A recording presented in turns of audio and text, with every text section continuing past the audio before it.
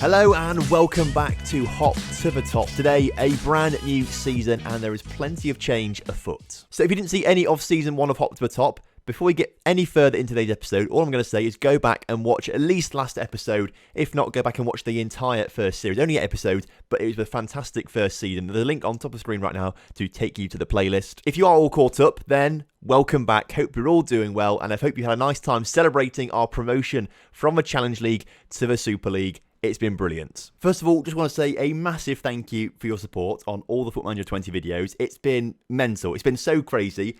And today we're going to have a target of 500 likes on the video. It's the first episode of a new season, so 500 likes is going to be the target on today's video. And if we can get that, we'll have a video every single day of the week of the Hop to the Top save. Now, there's so much stuff to talk about in today's episode, and there's a lot of changes to go through as well. The first one, hopefully, you've already noticed. Hopefully, the video looks a bit better quality to you.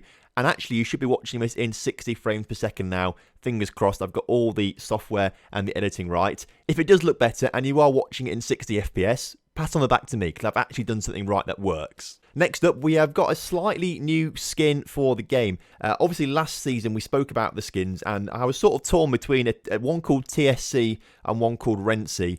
In the end, we stuck with Rentsy for that first season because I think it looked better on the tactics screen and the match screen, so it was a bit more visual information for you guys, but I did prefer the other one. Then, one night last week, a subscriber called Rob Pontin slid into my DMs and says, if you want me to, I can just put the skins together and give you what you want. And I was like, yes, please. So basically what he's done, he's sort of made a hybrid of those two skins. We've got what we want. We've got the tactics screen that I like. It's pretty much the default tactics screen anyway, but the TSC skin didn't have that. But he's also combined it, so we've got the player screen from the TSC skin, which I really, really love, which is fantastic. And we've also got the club screen from there as well, which I really liked as well. So we've got the best of both worlds. So if you want to download this, there's a link in the description that Rob has kindly provided if you want to download that skin.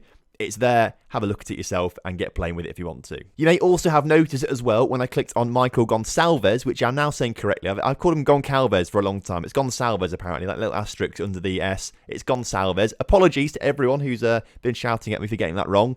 I've got it right now, finally. But what you will notice as well, we've now got face packs in the game, so that's another change for you. And a big shout out this time goes to Chuck from the Discord server. I was looking at face packs online, and they're big downloads, and a lot of sites say either pay us money to download it quickly, or go to a free site and download them really, really slowly. So I sent a message in my Discord saying, I'll pay the money if needs to, but does anyone know of a good place to download face packs from? Chuck then pops up and says, well, I've got a premium account on one of these fan sites. If you want to, use the account details, download what you want, that's absolutely fine. So that's what I did. So massive thank you to Chuck there for helping me out massively. Go and say thank you to him in the Discord server if you're not already in there. He has really saved us here. So if it wasn't for Chuck, we probably wouldn't have face pack in today's episode. And that brings me on to another player, Oliver Buff, who decided to leave the club last season after not wanting to sign a contract, despite being our star player, despite him being my favourite player.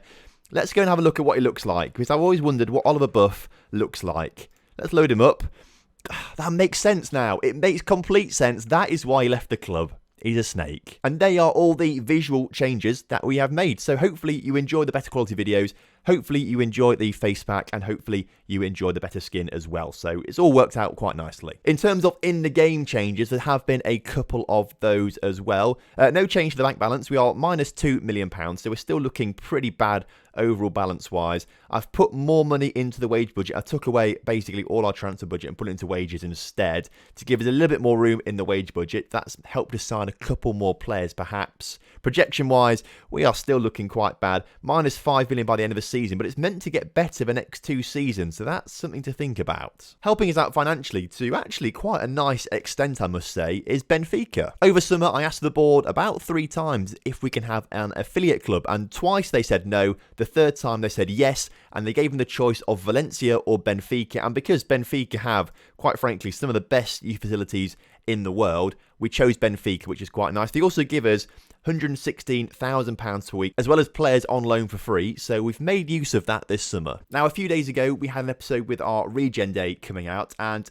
as part of my Patreon, if you subscribe to a certain level on my Patreon, if you want, you can have a regen named after you. So I put the picture of the youth intake up there. We do it on a first come, first serve basis. This guy was the best regen that came through in our youth academy, and Alex Smith was the first person to come through and claim him. So, Permin, is not his real name anymore. It was never called Perman. That was just a fantasy name. He's actually called Alex Smith. So welcome Alex Smith to the team, the first player to have a regen named after them. We'll start to play a bit this season because actually these are looking pretty good to me. 2-star current ability. Probably going to be our cup striker this season, actually. We'll get him on in the cup game, so look forward to seeing yourself in a few games' time. So that then takes us on to the transfers, and well, we haven't made that many transfers. It seems actually that the summer window is really, really quick. It comes around quickly of a new season, so I didn't have as much time as I thought I was going to have to sign players. But also at the same time, we haven't really had the money to sign players. We actually had a decrease in our wage budget, so that was really tricky to be able to sign players. So we've got a few players coming in, but the team is very similar to last season, so my prediction of us being in a relegation battle this season is probably going to come true. So as we look at the actual transfers, we'll start off with the players leaving the club. First up is Ulrich Bappo. He's gone out on loan. He's a player that we brought last summer for about £15,000. He's gone on loan to a team in the Bundesliga. They're paying all his wages and £1,000 per month. That makes back nearly all his transfer fee. We sell him next summer, we make profit. That was the overall plan with Bappo, and it's working out a treat right now. Other players have gone on free, but no player that you should really be interested about. Apart from Matic, who was our backup goalkeeper, he went to Barnsley on a free transfer. Slightly annoying, as well as Buff obviously going to Spal. We've also had a few players head out on loan as well, so they'll develop themselves out on loan. Hopefully they'll come back next season as better players and we can maybe use them in the first team. In terms of ins, we have only signed one player permanently. The others are all on loan. So I suppose the first player we'll go for is the player we signed permanently. It's Armando Anastio, who comes in from Napoli on a free transfer, and well, I thought he was better than he actually is. We had him scouted out, and it turned out his actually current ability is not so good. He's only 2.5-star current ability as a left back. We needed a bit more cover on the left-hand side, I should say. And he's coming in as our third best left back. So really, that was a bit of a waste of a signing. When he comes in, he's also on £1,400 per week. It was a terrible signing, in my opinion. But he's here now. We've got to make the most of it. So welcome, Armando. The 4 loan signings, though, I think they are pretty decent. We'll start off with this first one. The first player we brought in, Joe Gelhardt from Wolverhampton Wanderers on loan. He's an 18-year-old striker, 4-star current ability, 5-star potential. Looks to be really good. We needed a player who was going to sort of complement Ben Khalifa. If Ben Khalifa's not scoring, we can bring Gelhardt in. I think he's going to be a really good player, and he's a young player, 18 years old as well. If Wolves decide to let him go, although I don't think they will do, because he's valued at £5.5 million and 5-star potential. But if they did let him go, he's got the experience here. He might actually want to come here. So that's kind of my thinking with Gelhardt. Played 4 games in the Premier League for Wolves last season. Didn't do very. In fact, he's not scored a professional senior goal, according to this. He's going to get 20 this season, I guarantee it. The next player we signed on loan is a big one. It's Christian Fruchtel from Bayern Munich. And if you watch my FM17 journeyman save, we had Christian Fruchtel at Roma for a while. He's a goalkeeper, 5-star potential, 3.5-star current ability. He's a wonder kid. He's really, really good. He's got a great future ahead of him in real life as well. So we've got him in here on a relatively cheap deal. He's on £2,800 per week. We're paying that wages for him. So that is still quite a lot. And it's a big chunk of our wage budget. But he's going to be worth it this season because we've not really improved that back line too much. So having a better goalkeeper is going to help out massively. Played extremely well last season in the 3rd division in Germany for the Bayern Munich second team. 30 appearances, 26 conceded, 12 clean sheets. That's really good. He's going to test himself this season. He's probably going to concede more goals than games played because it's going to be a tough league. But I do think he's going to win us points on his own with his ability. So Christian Fruchtel, thank you. Following those 3 signings, we have signed 3 players on loan from Benfica, all for free, which is massive because if we didn't have that affiliation with Benfica, none of these players would have come to the club and we would be really struggling. So this Benfica link is already paying dividends in my opinion. First up, we'll go for Gonzalo Luria. I honestly can't. I don't understand how you say that surname. Loureiro. I mean, I'm not entirely sure. I really don't know. So we're just gonna set his nickname and just call him Gonzalo instead, and just get rid of that surname. Pretend it never existed. So Gonzalo joins the club as a centre back, the best centre back at the club, with 3.5-star current ability and 4.5-star potential. Also got a very low value. I tried to sign him permanently. They just won't let me have him. If he's only got 4.5-star potential for us, though, that star potential for Benfica is probably like only 3 stars. So just let us have him, please, because but we need to sign players permanently because we can't rely on loans too much. Either way, he's got incredible heading, marking and tackling. Also got really good mental stats for the matter, and his physicals are really impressive too. So I'm very happy with Gonzalo coming into the club. He's going to be a real stalwart at the back, I think. To help improve our midfield, we've signed Henrique Hosu as well. He is a central midfielder that can also play as a CDM as well, and very similar, 3.5-star current ability, 5-star potential. Really good attributes where they matter, particularly those mentals as well. I'm really pleased with that. Only 18 years old as well. I mean, he looks a lot older than that, but I mean, I'm 22 and I look about 15, so it just goes both ways sometimes. Again, though, he looks like he's going to be a quality player for us. He's been at Benfica his entire career, but obviously not broken into their first team yet. He's going to get a good season of senior football here and going to be fantastic. And he's also going to be joined by Paulo Bernardo,